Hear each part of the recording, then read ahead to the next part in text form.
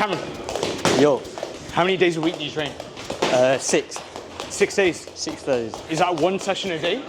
No, so Mondays, Wednesdays and Fridays we'll do a run in the morning. I like morning runs. Empty stomach, fresh in the air, especially right now. When you say morning, are we talking about like 11 a.m. or real morning? If I have work at 7, on Mondays I normally wait until after work. Okay. But I'll have a light breakfast at work. Then Wednesdays I don't have work. What do you work as? I'm a waiter in a hotel. Cool. Restaurant, yeah. You do that alongside a massively impressive boxing career and university. Yeah. Bro, it's You don't earn money, so you got to do something. Very true. Very true. Okay. Yeah, so if it's morning on Wednesdays, it'll be get up at 7, run. So a bit of a late compared to school. Okay. But it's important to get up early because then second session will be 11. You need that time to rest. Second session, I wouldn't really class as a session, but it's shadow boxing. Still a session. How many rounds is that? All depends how far out from a contestant you be. Right now I'm doing either 15 minutes straight, which will be themed, well it's all themed, or it will be 3 rounds of 3 minutes, but I have 1 round before, so 5 rounds in total. There's 1 round before is to think of an opponent myself. This is all from Dale, he writes everything down. The thing is it changes weekly in terms of themes and what I'm doing each session. How is it different when you're in a training camp versus when you're out? A lot of the stuff out will be not as time fixed on 3 minutes, 3 rounds, you know? Okay. And also it'll be less focused on a certain opponent or style, more focused on various styles, trying new things, and enjoying learning. Are you able to actually prep for an opponent? Or do you always just find out who the opponent is on the day? I mean, you could prep for different styles, different intensities of fighters, but at the end of the day, you can do all your homework and you never know what the exam's going to be. So it's like, some people can change as well. People could do homework on me and then we could have a different game plan. So yeah, that's true. You just got to be ready for anything. The drills and that are diverse because you've got to be able to adapt very quickly to a different style. Training then focused on being the best you can be at your style? Yeah, and also being versatile. Adapting to, keeping your style, but adapting to different types of opponents, different types of intensities of a fight. So what does that training look like then after, in a week, on a day that you're not running?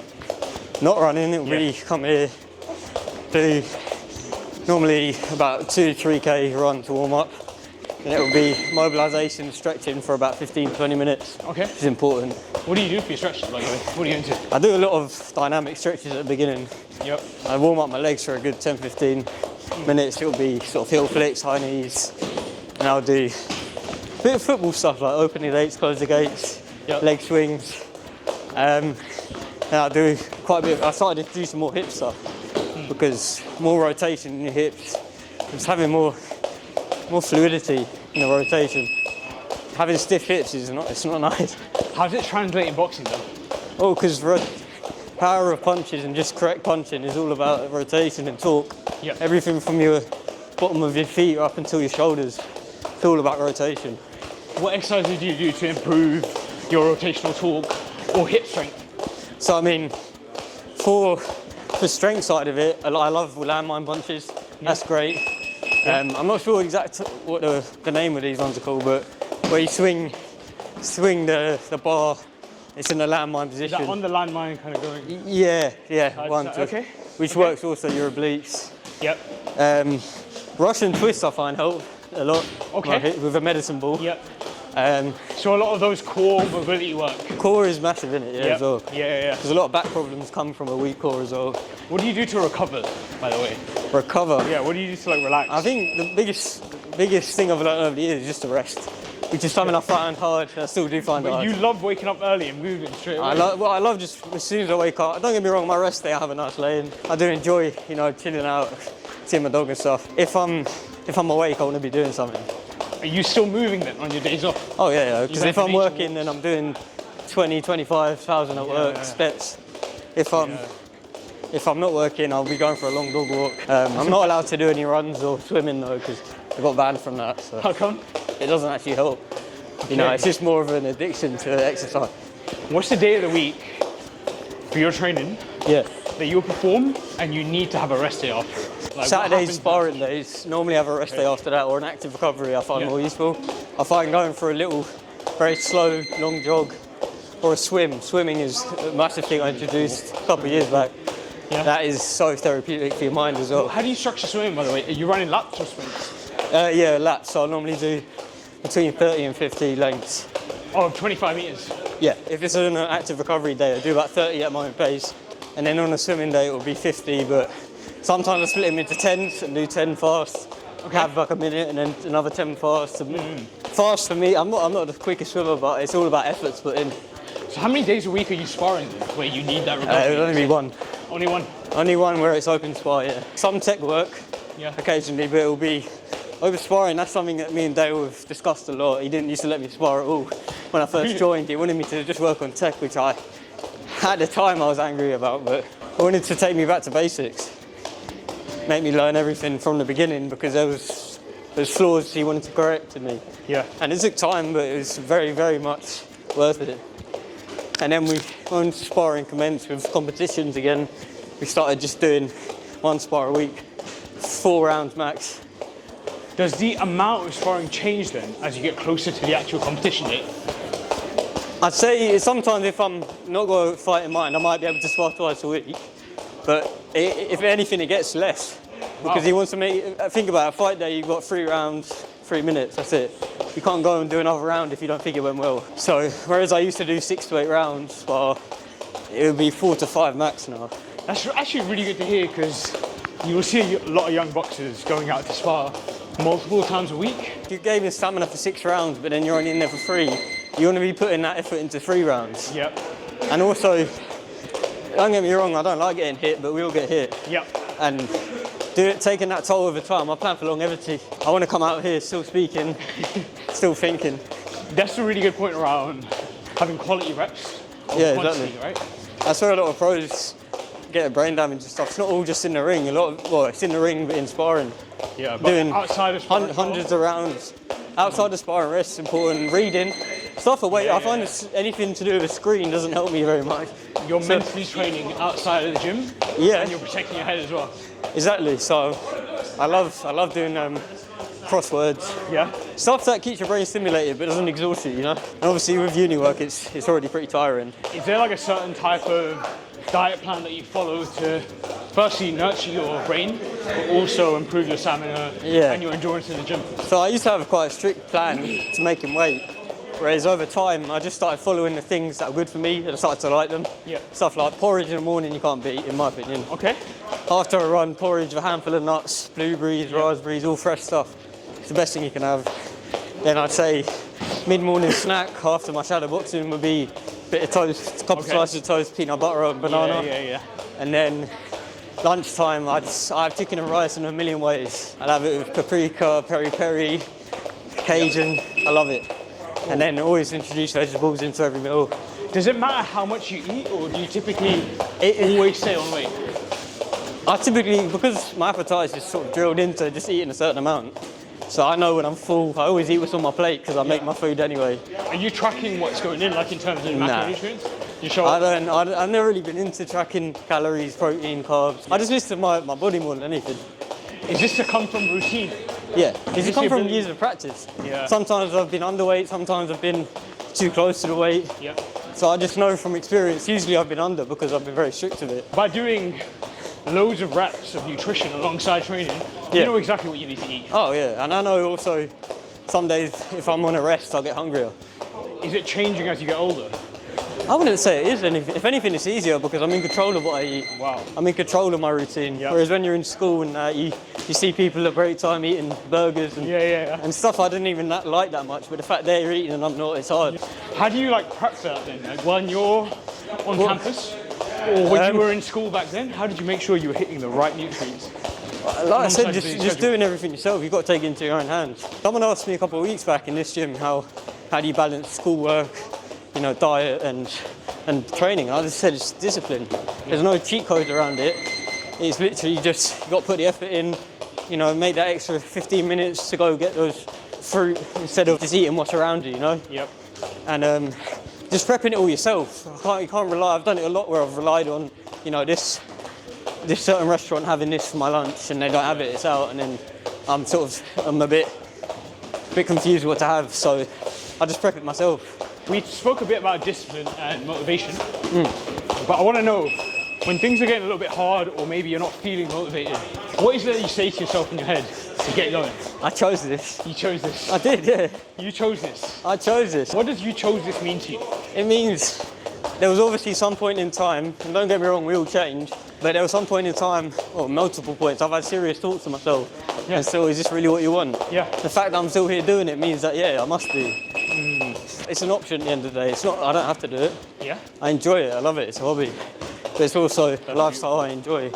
That's beautiful, man. And also sometimes it takes me 10 minutes looking back on the old archives. Yeah. Things I've come through, things I've accomplished, and don't get me wrong, it's never all been sunshines and rainbows, it's been some hard times. So. And if you look back at the things you accomplished, and I'm thinking of Olympus or King of the Ring or one of your championships, which is the one that stands out to you as the one that really gets you amped and makes you proud?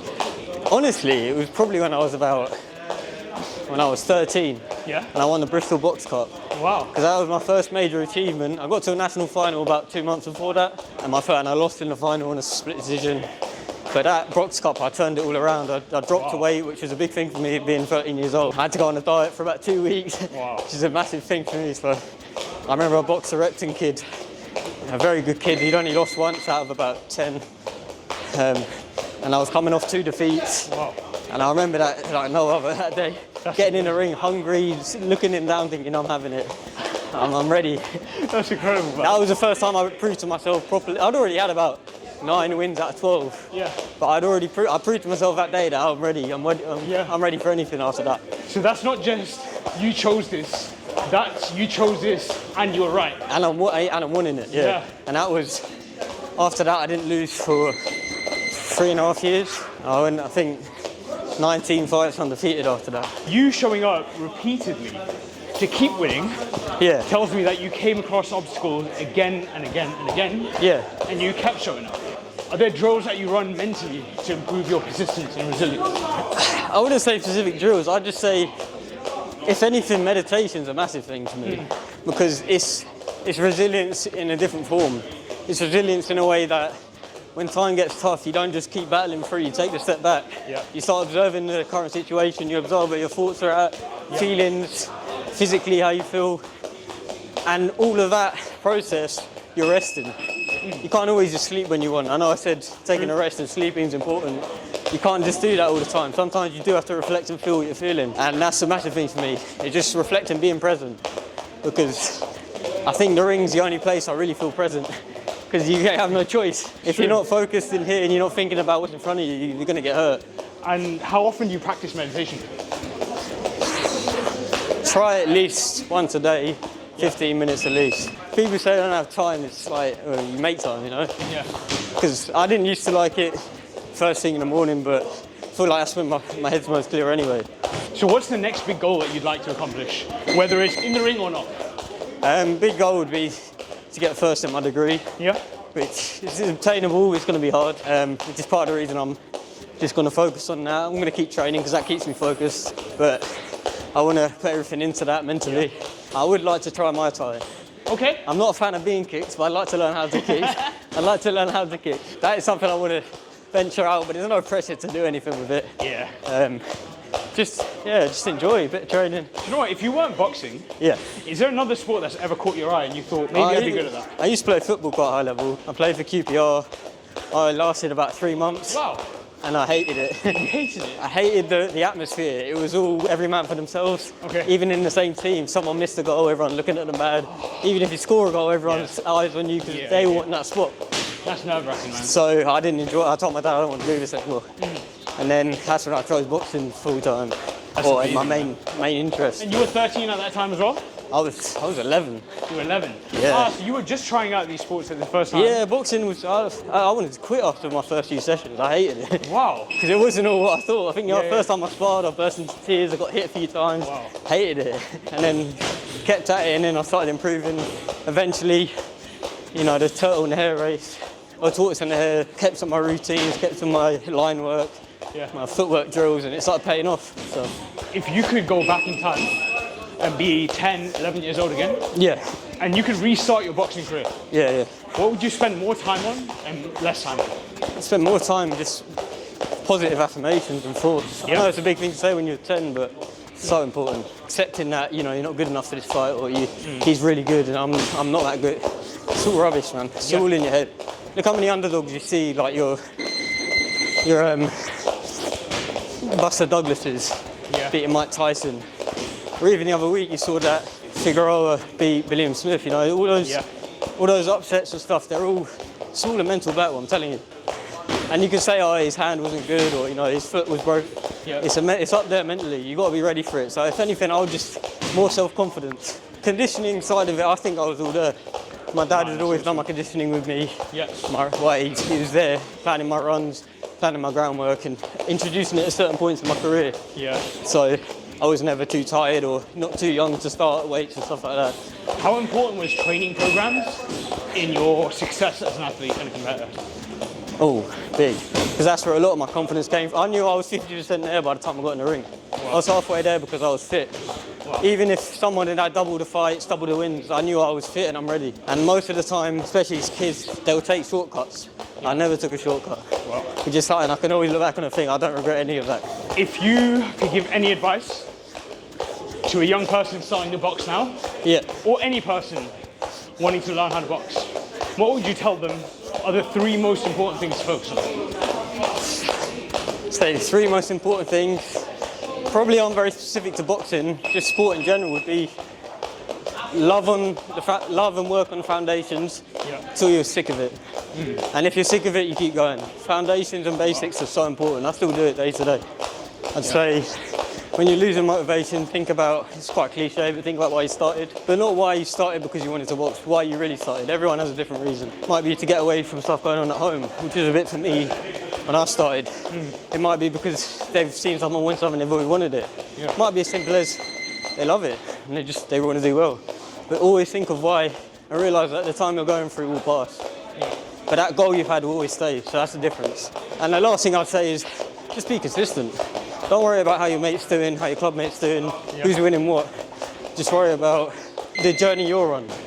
Don't worry about how everyone else is doing. Stay in your lane and just focus on your journey and make sure you're enjoying it. If you're not enjoying it, either think why, write down the reason why. If you're still not enjoying it, maybe think, probably isn't what you wanted to hear, but is it right for you? You know, some sports are not for everyone. And times I thought my sport wasn't for me, but then I proved myself wrong. Sometimes I wish it wasn't for me. So there is a right time to stop. There's a right reason, you know. And if you're having certain thoughts and certain feelings, you should either take a break or take it slow. It's a very dangerous sport. That's true. It's not kicking a ball around the pitch where you got 10 other guys that you can blame or lean back on. You're in there on your own, and only you can stop what's going on. You know what? One more question. Yeah. How important have teammates been to you as a former one? Honestly, not that important. Because as much as it's nice having a winning team, I've always liked being an underdog anyway. If anything, it's more of a motivation. So I'd say teammates in the gym are nice if they're like-minded. You know, I've met some brilliant people throughout boxing who have the same mindset. Like sparring partners as well, count as yeah, even people I've fought. Gym as well. People I've fought speak to after, and you end up getting along. You end up boxing with them at different weights, and I don't think I've ever made any enemies through boxing. Because that's it. If you want to gain some respect, punching each other in the head 3 rounds, there's nothing really you can leave in there. See how many boxers we've fused before fights, and then afterwards they're best friends, you know? Because you earn respect differently. So. That's true, man. Cameron, I appreciate your time, man. This was really fun. No, it's been good. Bro, this was sick. Thank you, bro.